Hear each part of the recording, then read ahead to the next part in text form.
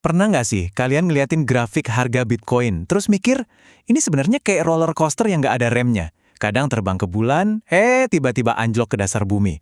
Nah ini bukan cuma soal angka loh, ini adalah sebuah kasus misteri besar. Jadi siap-siap, karena dalam beberapa menit ke depan, kita akan jadi detektif bareng-bareng dan mencoba membongkar apa sih yang sebenarnya ada di balik semua ini.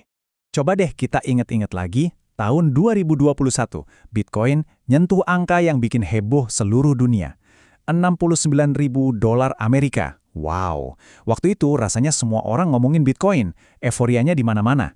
Kayaknya roket ini nggak akan pernah berhenti terbang. Tapi kemudian, jedar, realita menghantam keras. Cuma setahun kemudian, di 2022, harganya terjun bebas sampai ke $15.500. Coba bayangin, itu artinya nilainya hilang lebih dari 3/4-nya cuma dalam setahun. Sebuah kejatuhan yang, dramatis banget dan pastinya bikin banyak orang panik. Nah, ini dia pertanyaan intinya. Apa semua ini cuma kekacauan acak yang nggak bisa ditebak? Atau jangan-jangan ada pola, ada dalang di baliknya? Sebuah proposal riset baru mencoba menjawab ini dengan mengidentifikasi para tersangka utamanya. Oke, investigasi kita dimulai sekarang. Para peneliti ini udah nyusun daftar tersangka yang diduga jadi biang keladinya. Gampangnya, mereka bagi jadi dua kategori. Faktor-faktor dari luar dunia kripto dan faktor-faktor dari dalam ekosistem Bitcoin itu sendiri. Oke, pertama, para tersangka dari luar.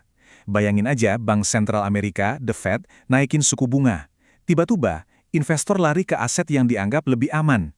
Atau, waktu sebuah negara besar ngubah aturannya. Contoh paling nyata, ya waktu Tiongkok ngelarang mining kripto di 2021. Harga Bitcoin langsung anjlok lebih dari 50%. Itu dampak yang nyata banget. Selanjutnya, tersangka dari dalam. Tentu, ada sentimen pasar, ada perilaku investor yang kadang bisa panik atau serakah.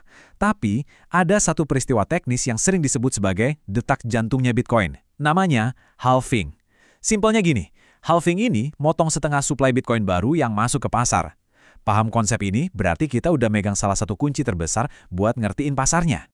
Nah, dari sinilah misterinya mulai makin dalam. Banyak analis percaya kalau harga Bitcoin itu bergerak dalam sebuah siklus 4 tahunan yang rapi banget, hampir kayak jam. Dan detak jantung dari siklus ini ya peristiwa halving tadi. Coba deh, lihat polanya di sini. Ini menarik banget.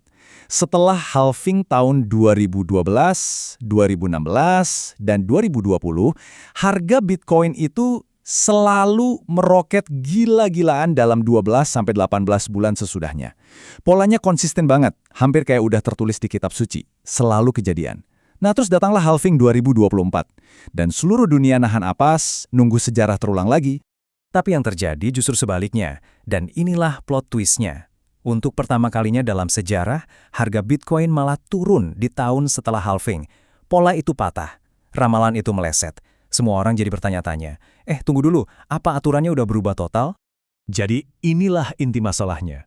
Di satu sisi kita punya pola historis yang udah kayak jadi pegangan. Di sisi lain kita punya anomali tahun 2025 yang seolah-olah nantangin semua teori yang ada. Nah, perbedaan drastis inilah yang bikin kita butuh investigasi data yang jauh lebih dalam. Buat mecahin misteri ini, para peneliti jelas nggak cuma main tebak-tebakan. Mereka udah nyusun rencana yang sistematis semacam toolkit forensik digital buat menganalisis semua bukti yang ada. Metode mereka itu simpel tapi efektif banget.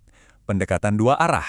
Jadi mereka nggak cuma ngeliatin angka-angka dan data mentah, ibaratnya sidik jari di TKP, tapi mereka juga mewawancarai para saksi, yaitu berita dan pandangan para ahli, biar dapat cerita lengkapnya. Rencana investigasinya punya 4 langkah yang jelas. Pertama, kumpulin semua bukti, data harga, dan peristiwa penting selama lebih dari 15 tahun. Kedua, semua bukti itu dianalisis dalam-dalam buat nyari pola tersembunyi. Ketiga, semua temuan disusun dalam sebuah laporan. Dan terakhir, baru deh ditarik kesimpulan yang tajam dan berbasis data. Oke, kita udah kupas kasusnya. Terus, kenapa kita harus peduli sama semua ini? Ternyata, jawabannya penting banget buat kita semua, entah kita investor kakap atau cuma orang yang penasaran. Yuk kita lihat. Buat para investor, ini jelas banget gunanya. Memahami pola dan pemicu harga itu berarti bisa bikin keputusan yang lebih cerdas. Gak cuma ikut-ikutan FOMO atau pamik. Ini soal mengelola resiko biar lebih aman. Buat pemerintah atau regulator, riset kayak gini tuh ibarat contekan yang berharga. Data akurat itu ngebantu mereka bikin aturan main yang seimbang, yang bisa ngelindungin konsumen tanpa harus mematikan inovasi di sektor yang lagi berkembang pesat ini. Dan buat kita semua, ini soal mendapatkan kejelasan di tengah lautan hoaks. Penelitian berbasis data ini fungsinya kayak kompas, ngebantu kita memisahkan mana yang fakta dan mana yang cuma fiksi di dunia kripto yang kadang bikin pusing. Jadi, investigasi ini jelas belum selesai. Dan ini ninggalin kita dengan satu pertanyaan raksasa untuk masa depan. Dengan masuknya pemain-pemain institusional raksasa lewat produknya ETF Bitcoin, apa semua aturan main dan siklus lama bakal diobrak-abrik?